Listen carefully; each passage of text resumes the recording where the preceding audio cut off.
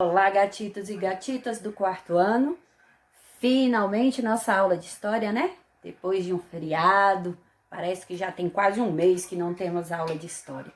E hoje teremos a quinta aula de história na unidade 3. A aula passada nós estávamos falando sobre os povos nômades, não é mesmo?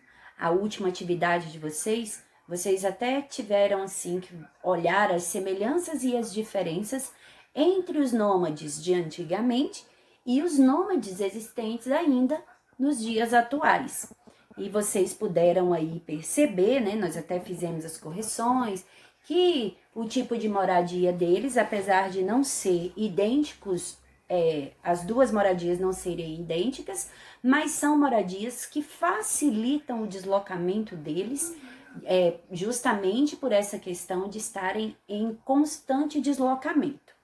Hoje, peguem o livrinho de vocês, daremos continuidade a partir da página 70. O título aí da página 70 é A Pré-História Brasileira.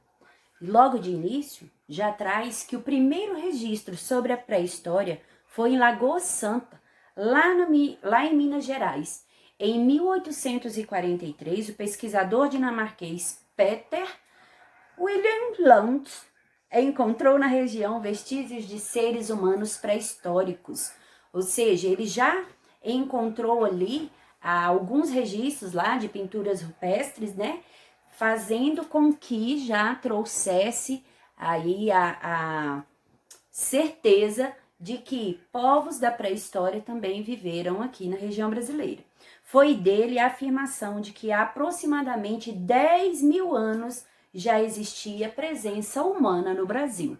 Temos aí, ó, uma pintura, né, que retrata Peter em uma caverna de Lagoa Santa, Minas Gerais, em 1840. E é uma obra de Peter Andras Brandt.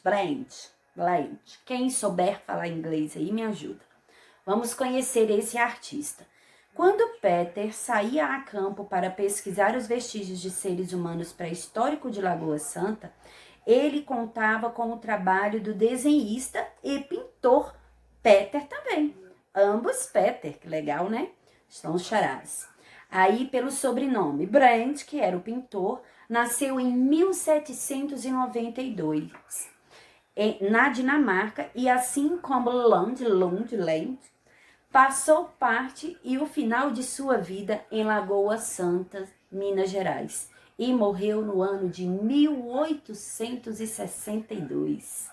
Tempos depois, né, lá no ano de 1970, outros pesquisadores, obviamente, porque temos aí mais de 100 anos, mais de um século depois de que morreram até os dois, né, Peter, eles fizeram novas descobertas sobre registros humanos lá em Lagoa Santa, Minas Gerais. E com isso, houve-se novamente a confirmação de que há mais de 11 mil anos os pré-históricos migraram aqui para o Brasil. Eram povos nômades que viviam da coleta de frutos e da caça de pequenos animais. Essa datação e demais informações foram possíveis devido à descoberta do fóssil de uma mulher, o mais completo encontrado então na região, que recebeu o nome de Luzia. Lembram lá da Lucy, que foi encontrada lá em outro tempo também, lá na África, onde comprova lá, né, devido os pesquisadores, dizem que onde surgiu aí a raça humana, também houve a descoberta de um fóssil completo de uma mulher que recebeu o nome de Luzia, aqui no Brasil. Os vestígios encontrados também possibilitaram saber que Luzia e seu grupo controlavam o fogo, construíram ferramentas de pedra lascada, como pontas de lanças e lâminas, e possuíam o costume de enterrar os seus mortos. Aí também já uma característica aí da religião, né, onde eles já começaram a enterrar os mortos e Daí começaram os rituais, onde eles acreditavam de que fazendo ali homenagens à pessoa que partiu, poderiam ajudá-la a encontrar um descanso melhor. Outra característica dos primeiros grupos humanos no Brasil é que, apesar de serem nômades, eles não buscavam abrigos em cavernas, mas em locais abertos, próximos a nascentes e riachos.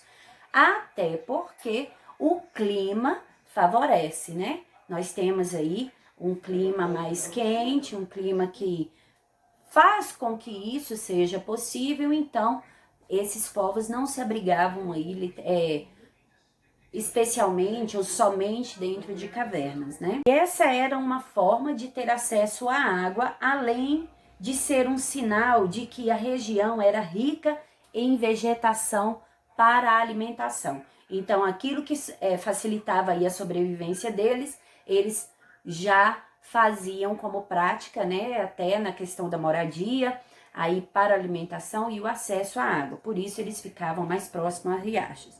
Temos aí, ó, a imagem da ponta de lança produzida na pré-história brasileira, uma imagem original.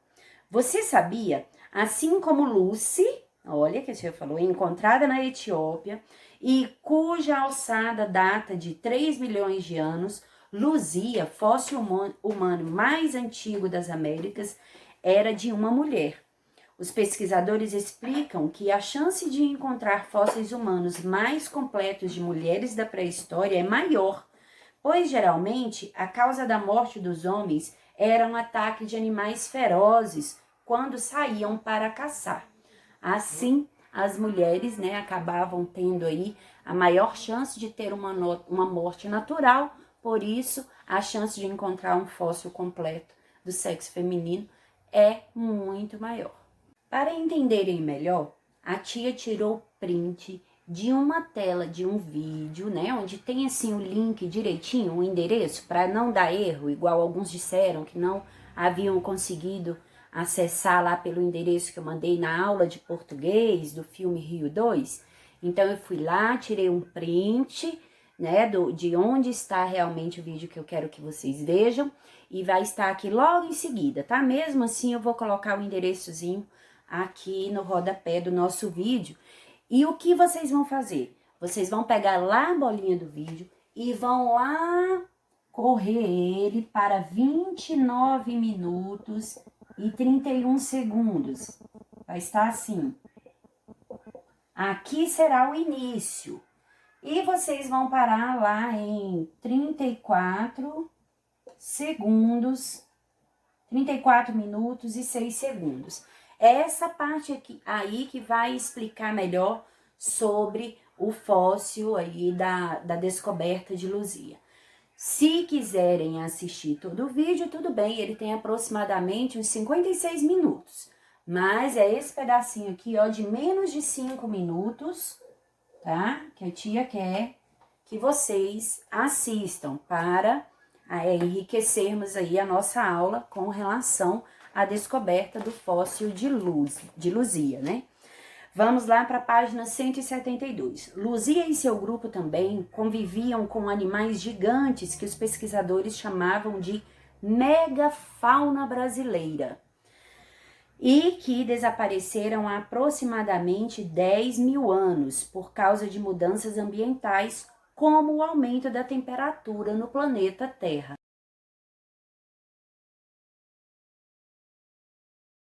Por que megafauna? Porque era realmente muito rico e tinham animais enormes, né? Então, aí vem o nome aí, megafauna. Descubra alguns animais que fizeram parte da megafauna brasileira. Para isso, vamos retirar os adesivos lá do material complementar. Vocês vão lá para a página 195 e são esses 6 primeiros adesivos, ó, que vocês irão tirar aí da página 195 para levar para a página onde nós iremos colar. As páginas, no caso, né? Porque nós vamos colar aí nas páginas 72 e 73. O primeiro animal é o tigre dente de sabre. Podia atingir até 1,50 m, 1,5 m de altura e pesar até 350 quilos. Podia ser encontrado em todo o território brasileiro. Agora eu vou voltar lá para minha página e vou dizer qual vocês devem colar lá. Então, este terceiro adesivo daqui, ó, o tigre dente de sabre, é o que vocês irão colar aqui de início, ok? O próximo animal é a preguiça gigante, era a maior de todos os animais pré-históricos, chegando a 4 metros de altura. Habitava praticamente todo o território do Brasil e, de acordo com pesquisas, era encontrada em maior quantidade no atual estado da Bahia.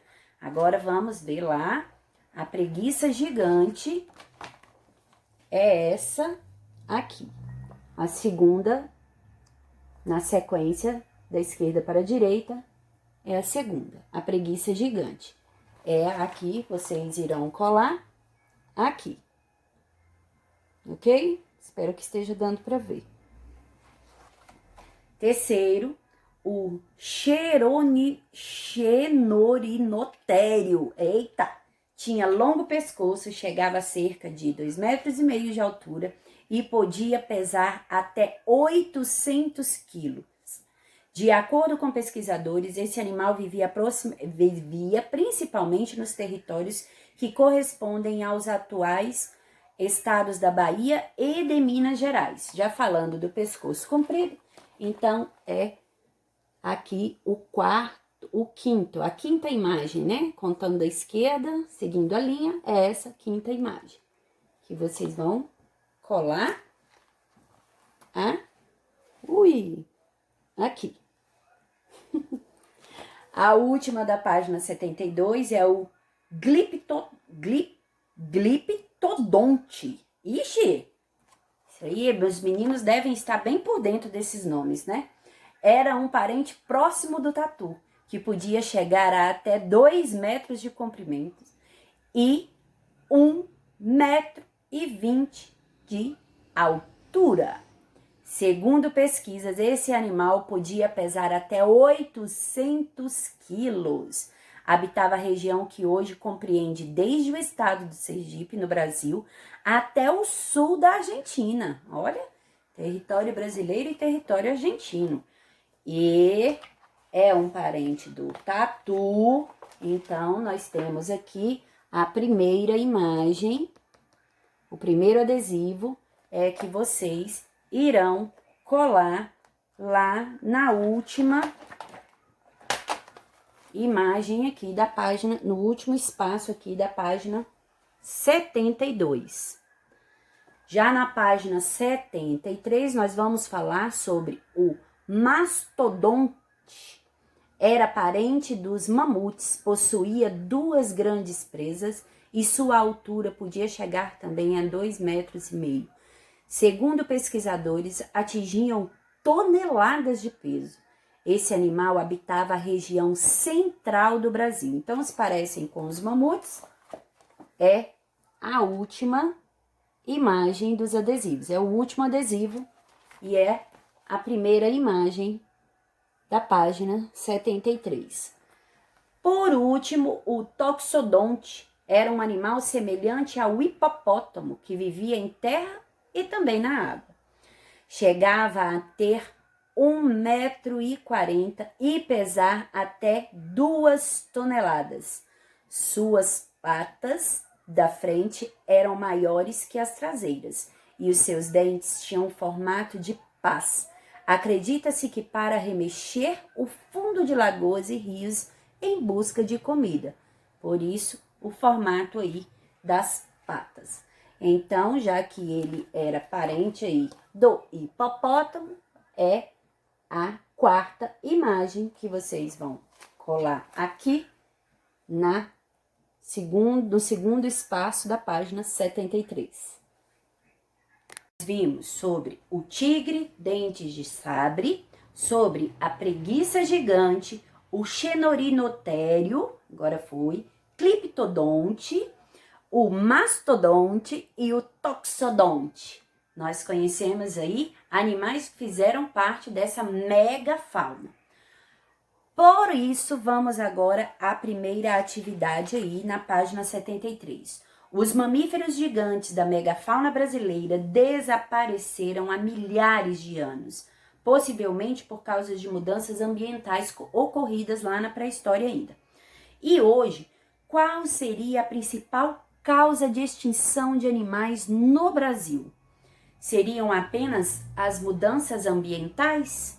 Nós até falamos sobre isso, né? Anteriormente, estamos vendo sobre isso, inclusive lá no conteúdo de português, onde depois, após ter assistido o filme, foi falar sobre a extinção de alguns animais. A causa é somente climática? Só isso faz com que espécies possam ser extintas e algumas até já foram extintas, até como no caso aí desses animais. Só que esses animais que nós vimos da megafauna, realmente foi o fator climático, né, que contribuiu para a extinção deles. Mas hoje em dia, é isso somente que contribui? Vamos lá para a respostinha, né? Daqui a pouco nós voltamos. Depois que eu ler tudo, né? Letra A, converse com seus colegas, com a família e pesquise um animal que está em risco de extinção no Brasil. Vocês podem até, através da atividade já feita em português, trazer a informação. Teve até um jogo lá de português, um joguinho da memória, que trazia lá sobre as características, descrições de alguns animais, juntamente com as imagens. Então, vocês podem buscar de lá, ok?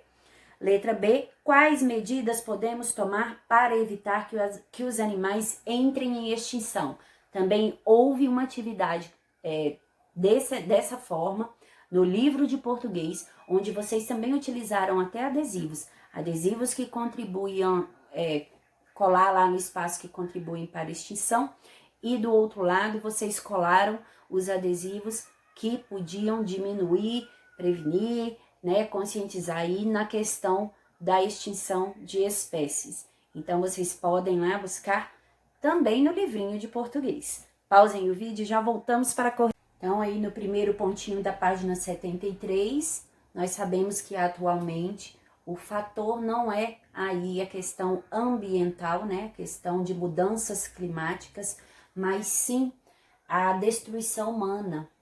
O próprio ser humano acaba levando os animais aí à extinção. Por quê? Traficam esses animais, poluem o ambiente, desmatam, etc. Mas com isso, destroem o habitat natural dos animais. Consequentemente, eles entram em extinção. Letra A, qual é o risco, né, de extinção no Brasil? Animais que correm risco de extinção no Brasil, buscando lá na atividade de português, uma até aqui nem apareceu lá, mas se vocês forem fazer a pesquisa aí pela internet, é uma lista imensa. Nós temos a arara azul em extinção, a ariranha, o tamanduá-bandeira, o veado campeiro, o lobo-guará e etc, né? Temos lá também o tigre de Bengala, muitos outros animais estão aí em extinção. E o que pode ser feito para diminuir aí, que medidas podem ser tomadas para evitar? Também lá do livro de português nós podemos, ampliar a fiscalização e aplicação das leis ambientais. Não adianta, por muitas vezes, você ter uma lei no papel. Essa lei, ela precisa funcionar, precisa haver fiscalização e aplicação dela. Não desmatar também, um dos fatores aí principais também, né? Porque, como dito aqui anteriormente, é a destruição do habitat natural. Não provocar também queimadas, não poluir os rios, não poluir o solo. Gente, são inúmeros fatores que, por menor que seja, você às vezes acha, a tia já disse isso também, chupei uma balinha, eu chupei uma balinha. Um papelzinho de balinha no chão não faz diferença nenhuma. mas milhares de pessoas, infelizmente, podem ter o mesmo pensamento e com isso a poluição fica imensa. Então, nós devemos fazer a nossa parte, por menor que ela pareça. A menor de um, com a menor de outro, com a menor de outro, é uma grande ação para cuidarmos deste planeta num todo, da natureza, da nossa sobrevivência e do espaço em si, né, da Terra, do planeta em que nós vivemos. Precisamos ter essa consciência sempre. Acessem o vídeo parte 2.